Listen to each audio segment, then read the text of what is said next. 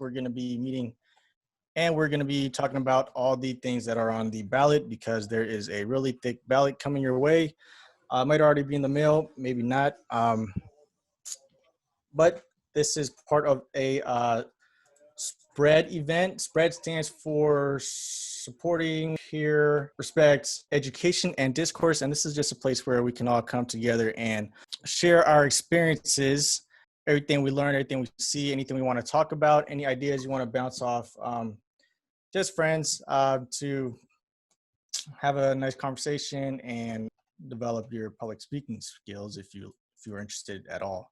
The game plan for today, we have about 2 hours. We have 3 things that we're going to be talking about, pretty spicy items. The first is California Proposition 16, which is something that will overturn part of the California Constitution that was put there in 1996, which prohibits the state of California from using certain demographic information in its decision-making for hiring folks. More importantly, or more newsworthy, is in its admissions requirements for institutions of higher education in the University of California system and the California State University system. This is a big change that would come into effect if the voters were to approve of this.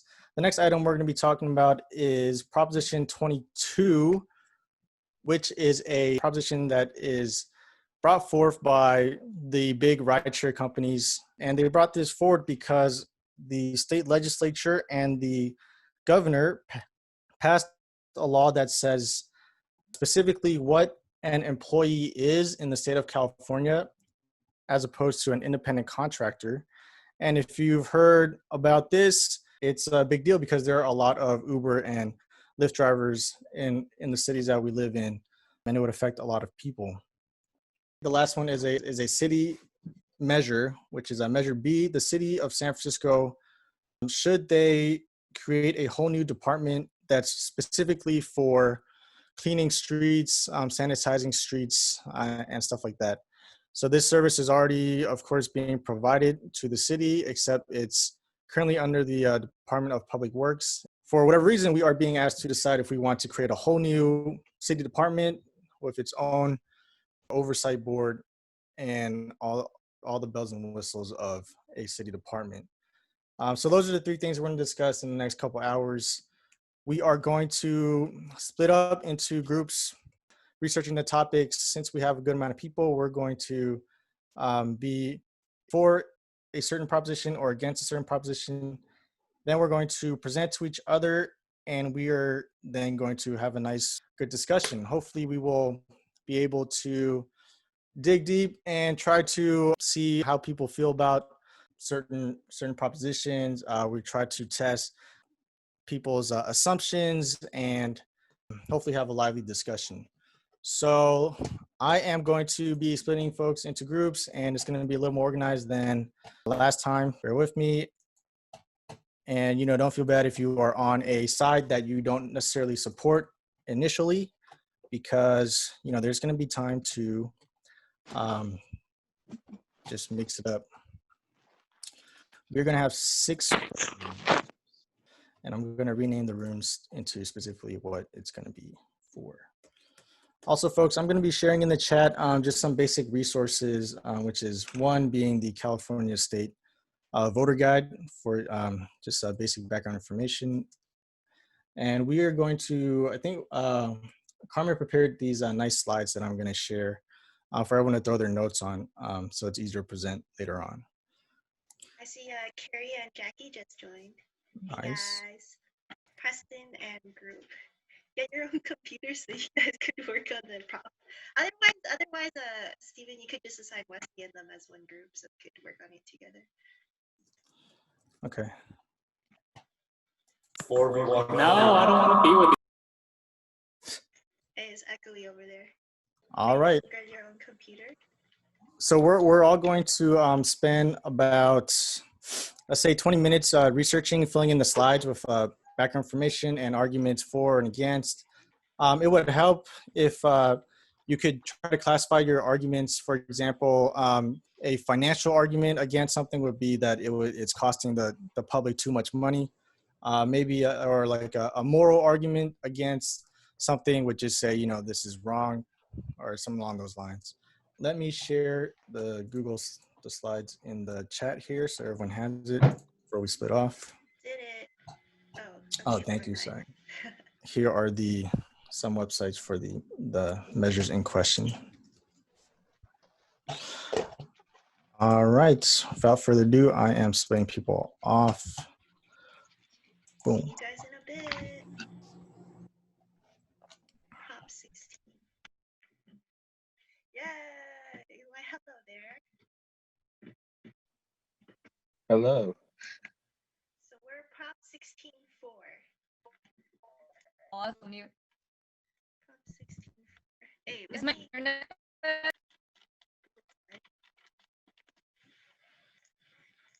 Overview of Prop 16 background. Overview of Prop 16. What does this prop do?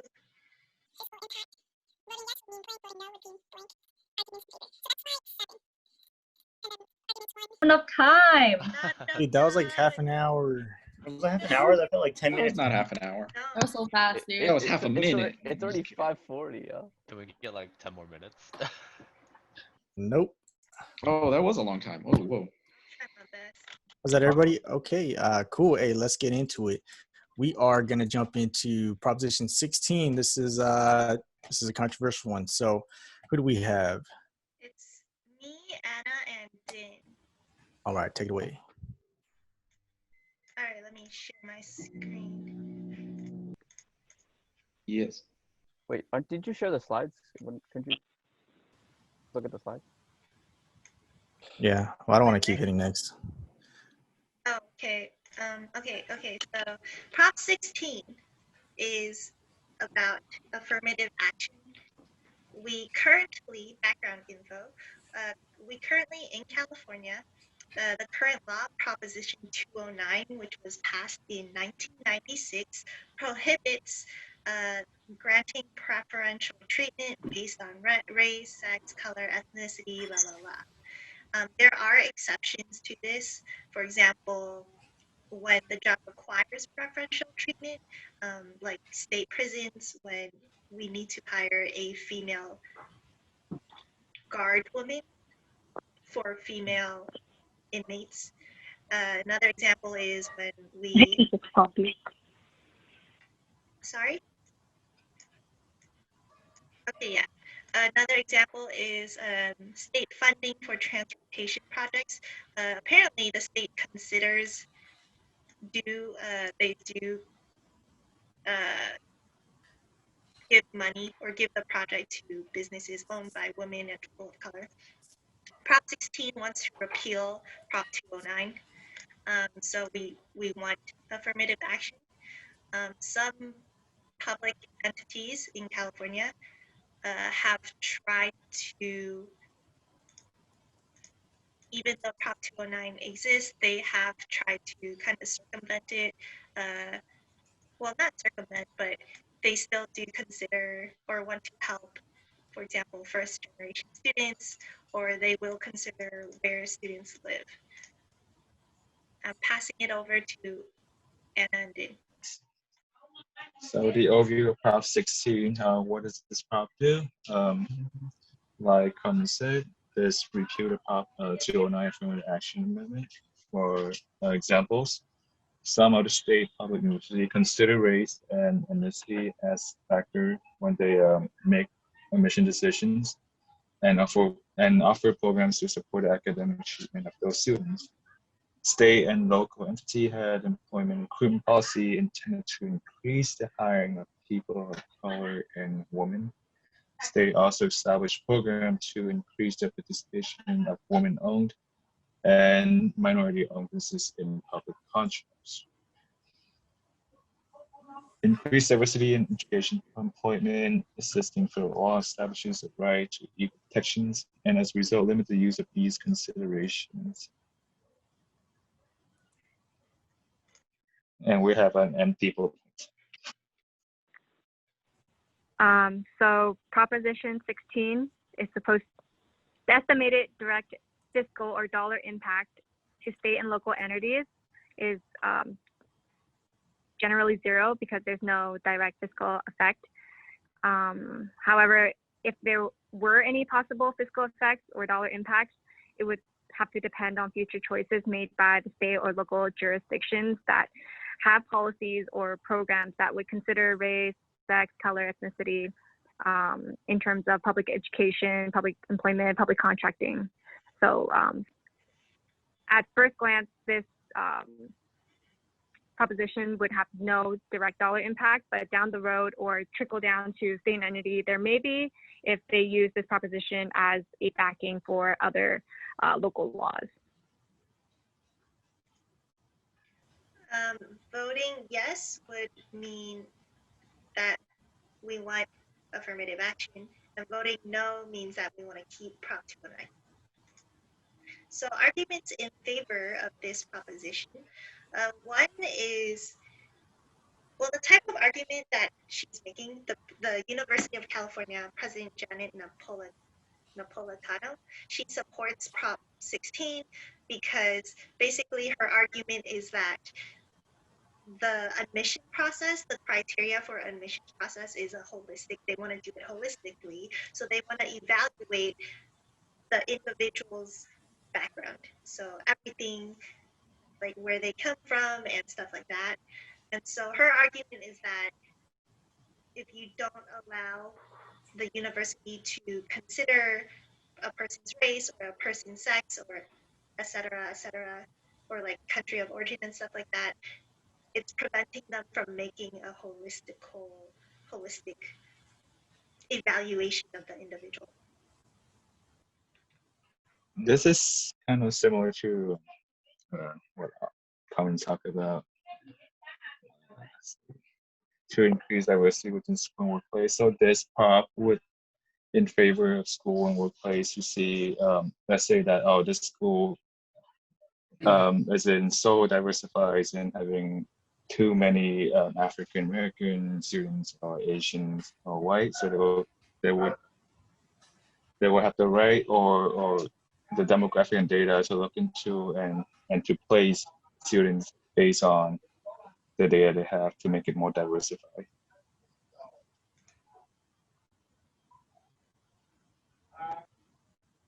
Okay, so the third argument, according to the voters' guide, was that Prop 16 would help women have the same success as men in society.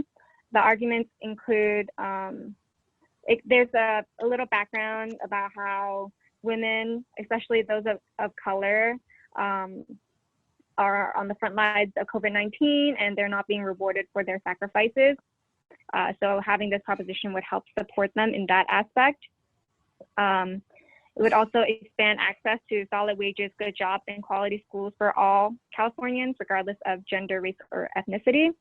And also creating opportunities for women and people of color to receive public contracts that should be available to all of us. Yeah, that's it from our side. Okay, does anyone have any questions right now for that for group, or maybe we can just go right into the against group if they want to respond to any of those arguments and present their slides as well.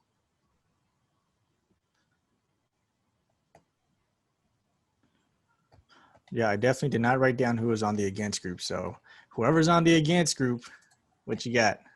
It's us. It's Wesley. And me.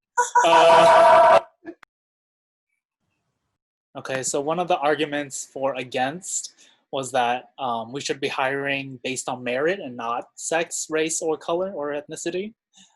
It's kind of like the arguments were like, why should we let this other guy just have a leg up just because he's of this race or color? Which, I mean, kind of makes sense. Even it keeps things fair. And then another one would be it promotes animosity between races. One of the quotes that we had was that more spaces needed to be opened up to fulfill this criteria, and they must come from overrepresented populations. And one of those populations are where if the Asian Americans, which are only 15.3% of Californians, yet we make up almost 40% of UC enrollees, those numbers are going to bring an issue when we're dividing it between like other Latino Americans and African Americans, and it would divide us and them. And Crystal, if you want to do the last one. And third argument is Prop 209 has been working just fine. There's really no need for change, right? There's nothing in our Constitution that prohibits outreach, and it has worked well so far. Based on statistics, minority graduation rate has risen, and we should continue to support our Constitution. That's it. Yep. Wait, Crystal. What's Prop 209? Prop 209 is the you know, the thing.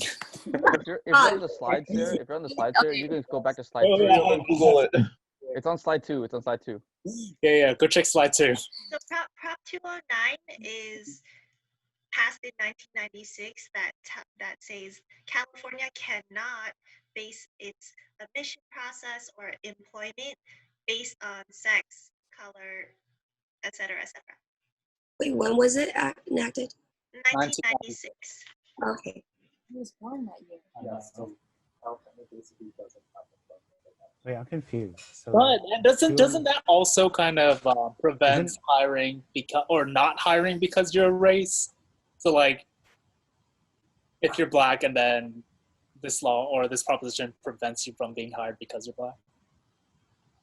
It doesn't prevent anything, I believe. It's more like you can't use it to your advantage. Is what I'm getting. The institution cannot use diversity as a as a thing that will help or hurt your getting that position or contract. I mean, I get what it's supposed to be for, but wait, so just to simplify, 209 is saying that it's against affirmative action and 16 is for affirmative action? Yeah. yeah.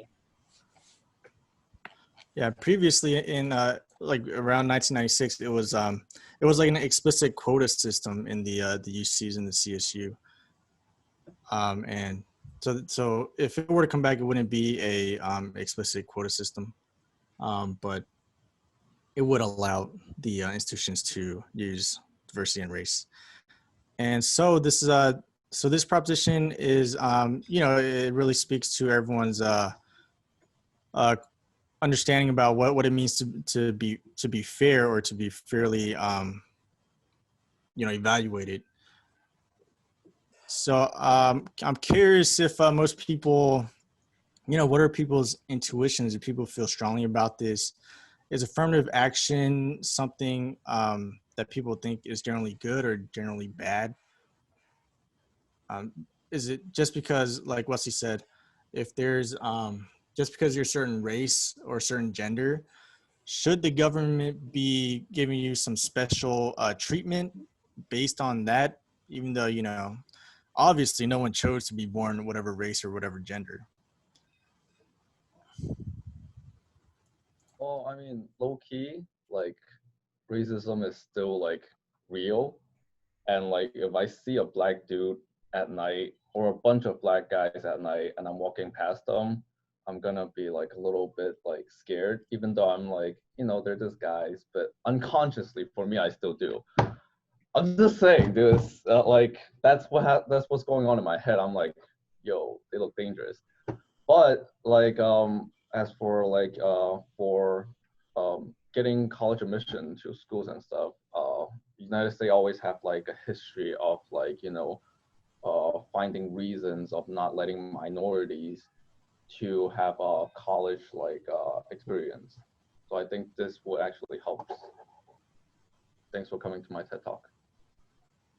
I mean, so everyone agrees that it's not a good thing to have, those those thoughts in your heads when you walk past a group of minority people or what have you, right? So unless someone wants to push back on that point, you know, I mean, I'm pretty sure most people agree that, hey, in this society, we don't want, you know, our kids to grow up when they see a group of whatever race, you know, like, hey, you know, oh, we got to be careful. So unless someone wants to push back on that point, I guess the room can agree that we don't want that to be the case. And so the question is, how would this thing help or hinder that goal, right? Why, if we had affirmative action or if we didn't have affirmative action, why would that help the racial situation? I think it's good that we have affirmative action, or like I guess like a quota kind of system. Well, we currently don't. Oh, we don't have a quota system. Okay, No. so I guess it would be nice to have a quota system, because even though, you know, as Asian Americans, our parents are kind of driven us to like put extreme value on education. So we want to get into those schools, and because such a huge percentage of our want those schools, it's more competition for us. But at the same time, if we want society as a whole to have equity, and, you know, progress, we need everyone to have these equal opportunities to get this higher education. But one thing that I would love, if it was possible, to extend this quota system to not only just education, but like something very real, is that for people that get scholarships to these amazing schools such as USC, UCLA, Stanford, Alabama, wherever it is, these big name schools, it'd be nice if you considered not just based on merit, but also this ethnicity quota for sports team scholarships or whatever it is, because we all, I guess we can all agree that people get these scholarships not based on, oh, if it's fair for this guy to get it, but how well they can actually play this sport for us. Because at the end of the day, these institutions such as UCs, private schools, and workplaces are businesses. They're not so much, you know, they don't really care much about equality as like what the bottom line is. Wait, so Andy, are you advocating against sports scholarships? I'm advocating that like we should, if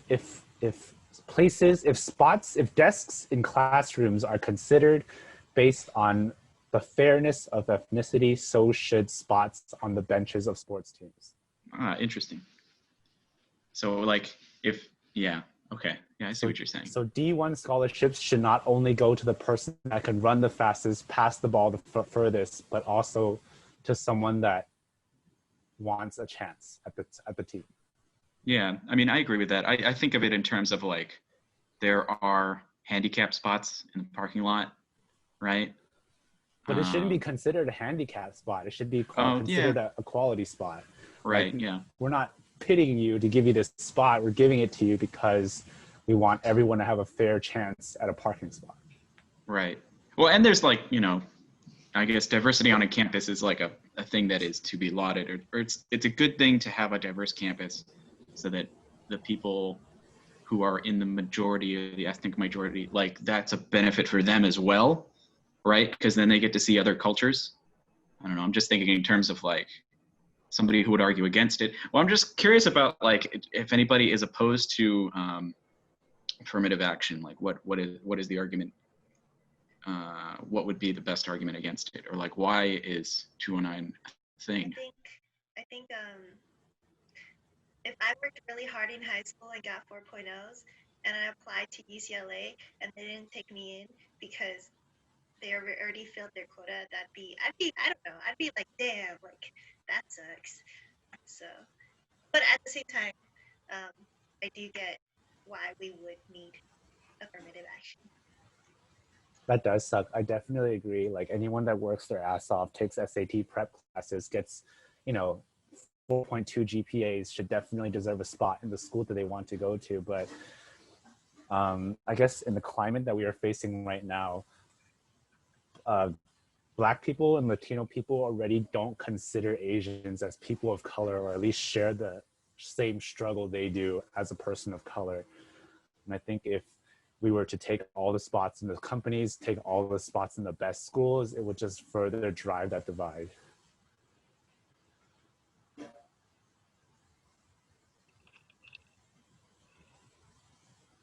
Does anybody want to push on the idea that diversity should be a goal in itself on college campuses and, you know, in government contracts or what have you? Or, you know, the argument on that side is that it should be based on merit, and however, whatever the outcomes are the outcomes, if it comes out to, you know, 90% white and Asian and, you know, less than 5% Black, which is what it is on the UC campuses today, then that's just how it is. Does anyone want to push back on that, or does anyone want to take that argument further?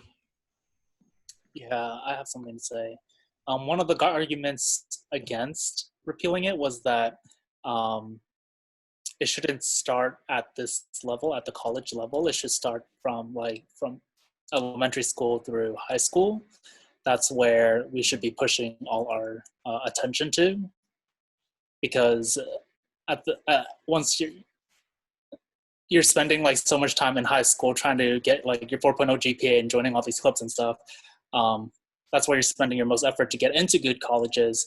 If you put affirmative action into play, you're kind of eradicating, like what Carmen said, those people's efforts. And then one of the arguments, they said that if you take that into account, maybe we should move towards paying more attention to the lower or the younger, the earlier stages of education instead. I get what you're saying, Wes.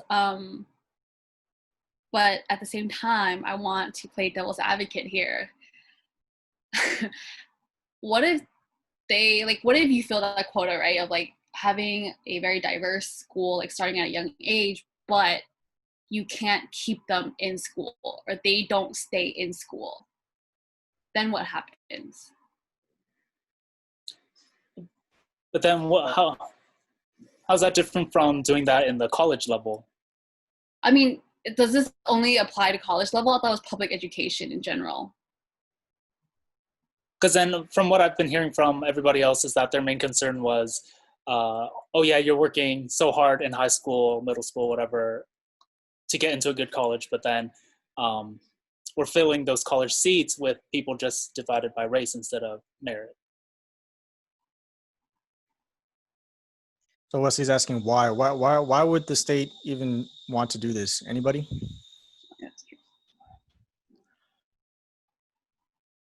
I mean, does the barrier to entry to colleges have to play a factor in this? Because you don't need like perfect marks to promote yourself from elementary to middle school to high school, but you do need perfect marks to get yourself from high school to a good college.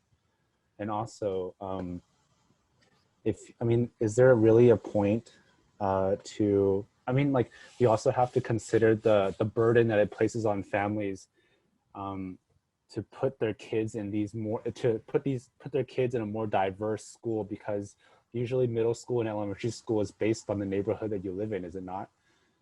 And if you want these people to travel miles and miles and miles to go to a nicer school, quote unquote, that's more diverse, and then have them travel miles and miles and miles back at such a young age, wouldn't that be a burden to the family? Sorry, I don't mean to derail things, or if this is kind of off track or something, but I think James made a good point, or an interesting point in the chat. I don't know, James, if you want to bring up what you wanted to say. Sure, I was trying to respond to voting too with this thing, but I wrote, isn't it like counterintuitive or detrimental to the like bigger picture if we have affirmative action just based off having to want a more diverse community, which is a very good thing to think about and have. But what I mean by like big picture is that if we were to have affirmative action and we cut people off because we have a quota of, I guess, race to fulfill, but the peoples that we cut had like perfect marks as well, super high marks, but they can't go in because of that quota. Isn't that like taking away from their chance of the shot they worked for? Can I touch on that a little bit, actually? Yeah, please. Because I would also argue that people that do, like, for example, hit all those marks, and I would argue that they would potentially have more opportunities and options than someone of another race. And I'm saying that because, like, we all know that, like, if you're a multi-generation person living in America, you will absolutely have more opportunities than someone that's like first generation, right? And so, and I think that, I think that plays a role as well, like, that we're not considering. Yeah, can I add on to what Bowden said? So basically, what affirmative action is, it's basically giving a leg up to, or like people who, like, there's generational wealth, people who have been in America for, you know, generations, have obviously more wealth, more resources. But what about the people who do not have those resources, for like just to get sent to SAT classes, get put into extracurriculars, when you come from a family with low income, which also happens to correlate with other, you know, ethnic minorities. So you are already held back by that. Affirmative action kind of takes account for, you know, just not being able to afford those luxury to get ahead. I mean, that's kind of how I see it. And in that case, you're already lacking all this like education or knowledge or whatever, because you're not taking these classes or extracurriculars. So then once you get into college, won't you be? But it's saying how would you like, it would just, it'd be generational. So if you keep lower income POC, and they can never achieve that next bracket because they're already set back behind, and it just, affirmative action is kind of just pushing the lowest of our society up into a more equal footing with those with resources. I guess to counter that, what I'm saying is that even if you're being put into a college level environment, it doesn't mean that you'll be succeeding in that environment, because you're but it will give you the opportunity at the very least.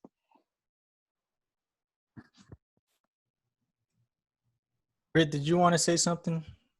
Hey, it's me. It's Britt. So, yeah. So, this is actually already a thing that happened pre-college, because I went to Lowell, which is hella Asian, and there's been like there's like already a huge affirmative action controversy. Like, dude, your school's hella Asian. You should get more equality, more like minorities that are not all Chinese or all whatever. And that in itself is, as people have said, already a double-edged sword, because on one hand, as you guys said, there are all these people who study their butts off and whatever, but they get beat out by people who, according to the rule, so that there are equal amounts of people from different ethnicities, different races, there's a lower cutoff point in terms of scoring. So, like, that hasn't even, like, on a high school level, that still hasn't been resolved. Not that I'm advocating for either side, but even this, which has been going on since like 1995, like, there's still people who are strongly for it, because it does uplift people in like less fortunate communities who are like, oh yeah, I can never like pay, well, Lowell's free, but like I might not have the same opportunity as somebody who went to like this super bougie ass school. However, it also cuts out people who work just as hard. Okay, I'm done. I think there's an interesting thing going on in the chat if somebody wants to bring those issues up about income instead of race. Yeah, sure. Hi, everyone. Hey. So I think it's interesting what Boden is saying too, and it gets trickier if you want to have, weigh in like what's like, income versus, raise, like, is raise 0.7 and like income 0.5 in the factors that you're putting in. I think since it's already kind of like a dependent variable of sorts, income and race, that maybe income is a more fair way to give people a chance, right? Like if you're poor white and you're smart and your grades are excellent, and then someone gets in because they were about the same intellect in terms of the test and whatever, but they were another race, then that person will just, like they also don't have a lot going for them. Obviously, like the race, they have something going with the race, but like they might not be having good standing socially, right? Like they can be from a very poor place. Like there's also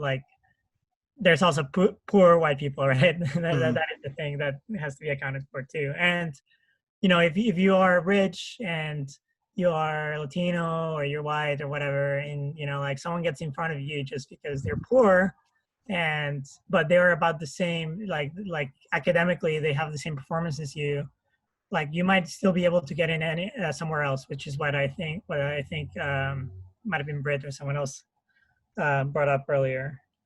That's where I was coming from.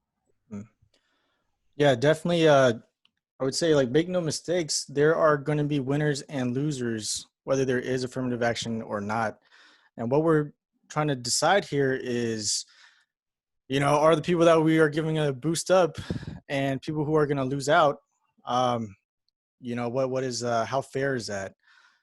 So, of course, there's a very fierce competition, of course, in the universities and also along the high schools and the lower levels.